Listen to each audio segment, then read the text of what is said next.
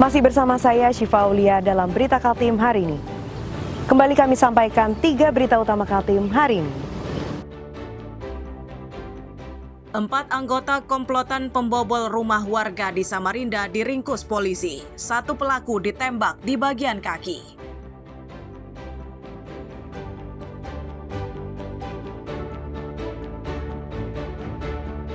Permukiman penduduk di Desa Mansalong, Kecamatan Lumbis, Kabupaten Nunukan, ludes dilalap si jago merah.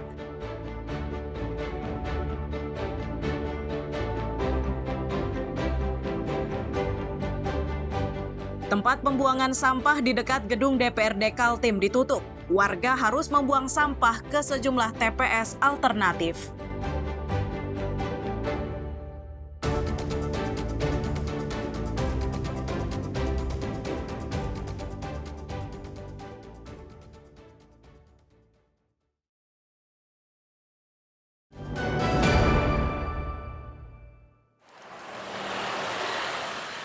Tempat pembuangan sementara atau TPS yang berlokasi di Jalan Teuku Umar, Sungai Kunjang, Samarinda inilah yang rencananya akan ditutup. Penegasan penutupan ini pun dilakukan oleh petugas dengan pemberitahuan melalui spanduk yang telah dipasang di lokasi tersebut. Pelaksana tugas Kepala Dinas Lingkungan Hidup Samarinda menyatakan, penutupan TPS ini mulai diberlakukan sejak 23 September 2025. Alasannya karena TPS tersebut dinilai sudah tidak layak dan dianggap mengganggu estetika kota. Kepada warga yang akan membuang sampah, Dinas Lingkungan Hidup telah memberikan solusi terkait pembuangan sampah tersebut.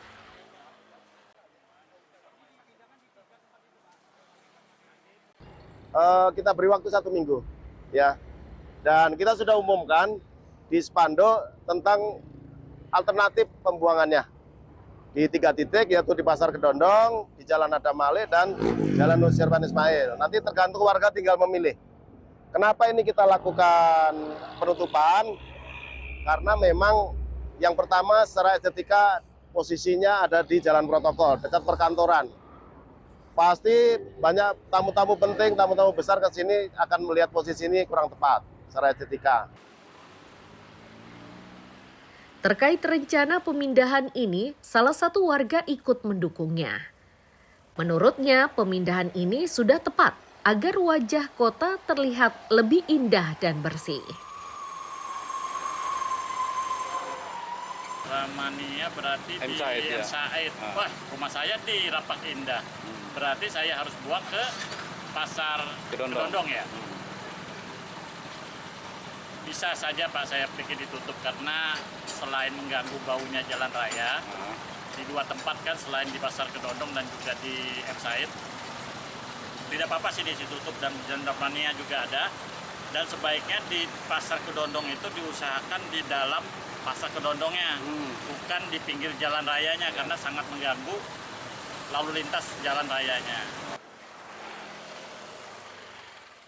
Nantinya setelah TPS ini ditutup, maka warga yang biasa membuang sampah di tempat ini akan memiliki sejumlah pilihan, mulai dari TPS Pasar Kedondong, TPS Adam Malik, atau TPS Lok Bahu. Iswanto dan Amir Hamzah melaporkan dari Samarinda.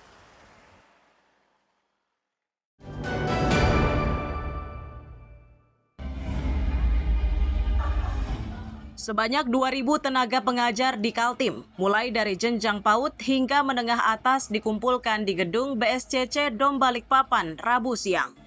Kegiatan ini dilakukan saat akan disalurkan insentif dari program Jospol Pemprov Kaltim 2025.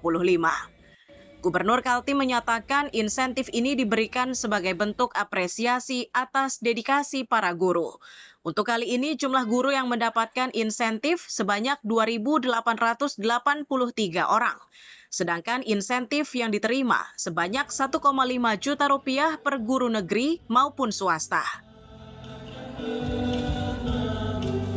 Jumlahnya kalau saya nggak salah 2.883 kalau saya tidak salah. Itu ya. guru ya Pak ya? Guru tadi yang untuk di Kota Balikpapan. Kalau untuk guru berapa tadi Pak? Guru kalau saya nggak salah 1,5 juta. 1,5 juta itu swasta ya Pak ya? Swasta maupun negeri.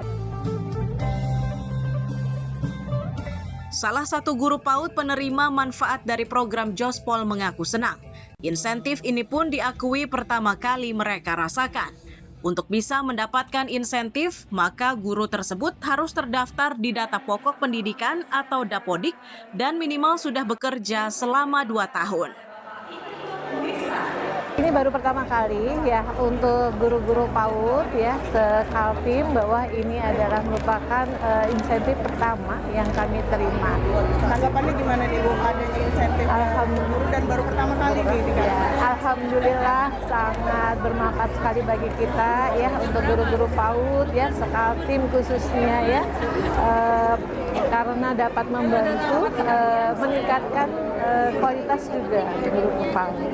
Untuk mendapatkan terdata di Dapodik ya, jadi terdata di Dapodik dan mempunyai NUPTK. Jika program ini berjalan, maka tiap 3 bulan sekali, maka para guru akan mendapatkan insentif serupa. Untuk tahap awal ini pencairannya dilakukan pada bulan Desember 2025. Riani Mantini dan Amir Hamzah melaporkan dari Balikpapan.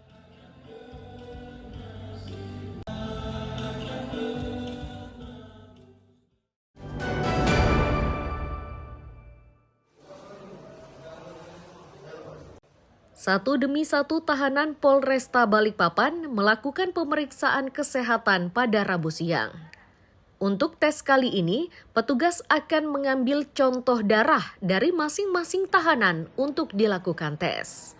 Ketua Tim Kerja Pencegahan dan Pengendalian Penyakit Menular atau P3M Dinas Kesehatan Balikpapan menyatakan, tes dengan sistem jemput bola ini dilakukan karena Balikpapan merupakan daerah rentan.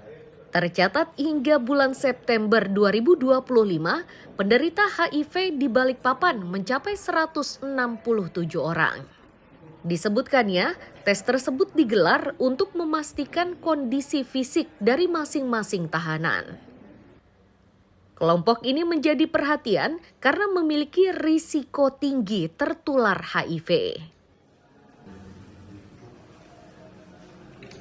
Screening kepada kelompok berisiko yaitu seluruh tahanan yang ada di Polresta Balikpapan, kita lakukan screening HIV secara keseluruhan gitu ya. Harapannya agar apabila ada yang terdeteksi positif segera diobati sehingga bisa memperbaiki kualitas hidupnya. Seperti itu. Sampelnya apa yang diambilin hari ini?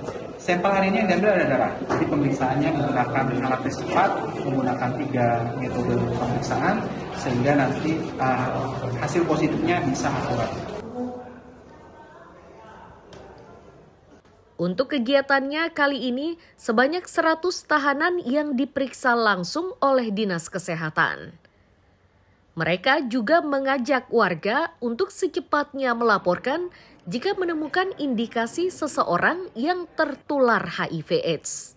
Ini dimaksudkan agar orang tersebut bisa ditangani dengan cepat. Riani Mantini dan Amir Hamzah melaporkan dari Balikpapan.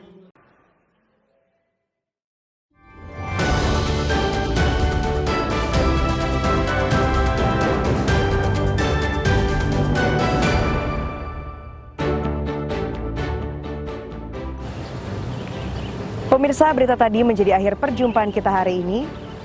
Saya Syifa Aulia pamit undur diri. Selamat pagi dan selamat beraktivitas.